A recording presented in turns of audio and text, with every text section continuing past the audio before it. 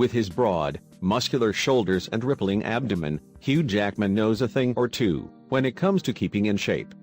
So when he calls someone a one-stop shop for health and well-being, most aspiring dieters might want to stop and take note. The Wolverine star enlisted the help of health expert and nutritionist Dr. Libby Weaver, and it seems he has never looked back. So what do they know that we don't when it comes to the quest for the perfect body? Speaking to Healthista, Dr. Weaver reveals the underlying factors that can thwart dieters' best-laid plans. At the time Dr. Weaver studied dietetics at the University of Sydney in the late 90s, the prevailing wisdom was that weight gain was simply caused by eating too much. It therefore made sense that eating fewer calories would result in weight loss. But back in the real world, Dr. Weaver found clients who were running marathons or calorie counting obsessively would sometimes gain rather than lose weight. Now 13 years and hundreds of clients later, she is convinced there are lesser known, but powerful reasons people can't lose weight. It caused her to turn back to her biochemistry textbooks and ask the question, what leads the human body to get the message to either burn fat or store fat? The author of 10 nutrition books, Dr. Weaver believes that while eating too much and exercising too little contributes to weight gain, there are less obvious factors at play. From stress levels to how our bodies process insulin may lay behind an inability to lose weight, factors all too often overlooked by dieters and those advising them. Are you stressed? The link between stress and obesity is being increasingly confirmed in scientific research, and for Dr. Weaver, it's one of the prime reasons people can't lose weight. That marathon runner was putting her body under so much stress that she gained 12 pounds, Dr. Weaver remembers.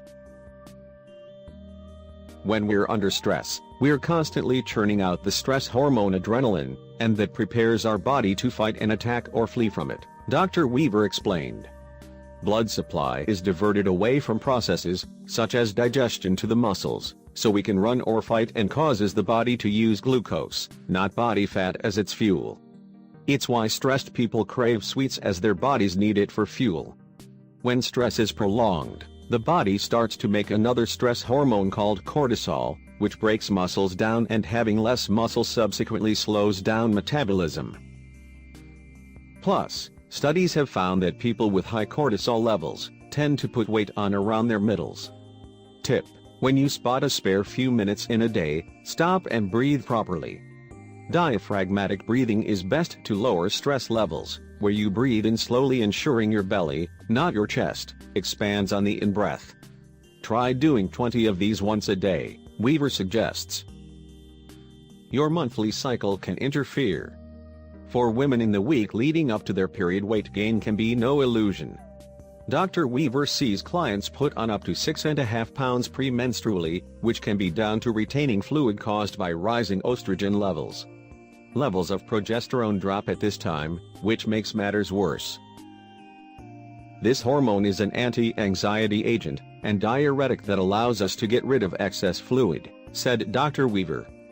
This state of low progesterone can impact the type of food a woman chooses and lead to sugar cravings in an effort to calm herself down. It will also impact her motivation to exercise. If you get bloated, try cutting out coffee and replacing it with herbal tea.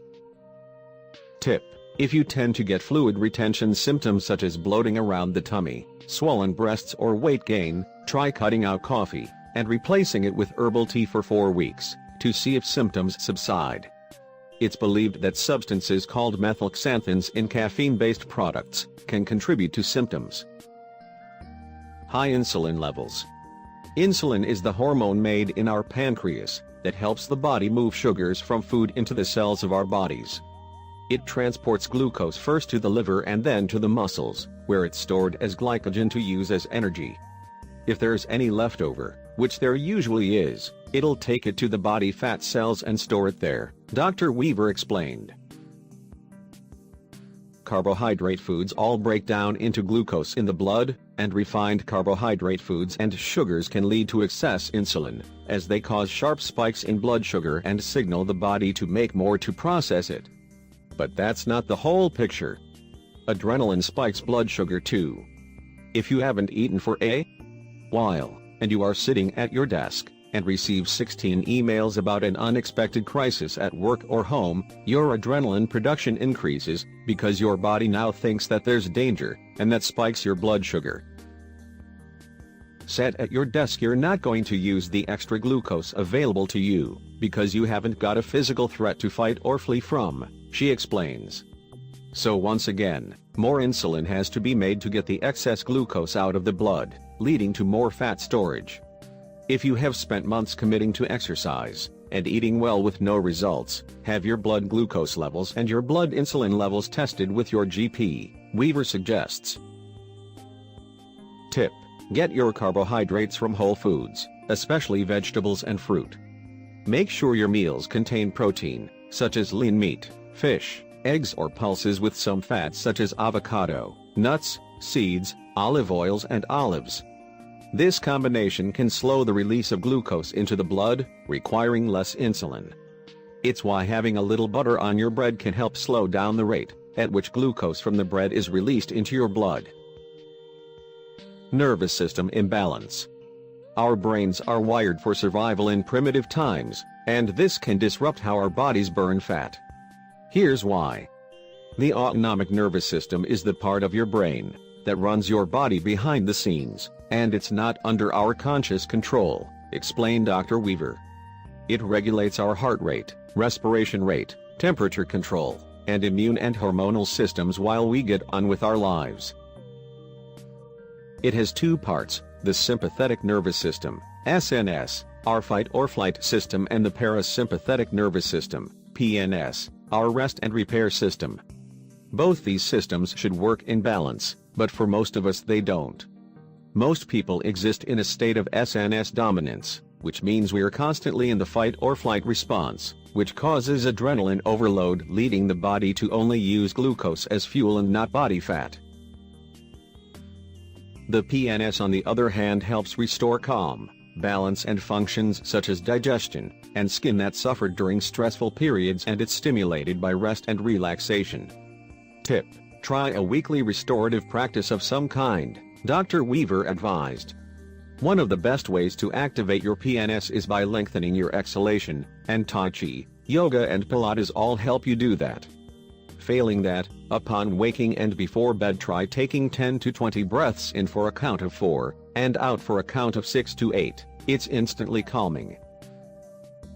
Emotions getting the better of you. It's not a lack of education that leads someone to polish off a packet of chocolate biscuits after dinner. It's a subconscious feeling of I am not enough, and I see it time and again. So what's going on? At work, my clients will all day be living between polarities of acceptance versus rejection, successes versus failure based on all the little interactions of their day. Then, whether it's been lousy meetings, something they interpreted as a dirty look from a coworker, or a heated exchange, or all of the above, they show up at home at night with all that piled onto their inner world, so their emotions are in chaos and they want a way to feel whole again. If food is their thing, as it is for so many people, they'll end up with the contents of the pantry in their tummies, Dr. Weaver said. Tip: next time you're tempted to eat to numb negative emotions, don't judge yourself but be curious as to why it happened. Try mindfulness practices to help you feel the feelings, and acknowledge that the feelings themselves can't hurt you, and will eventually go away, but binging can by thwarting your weight loss efforts.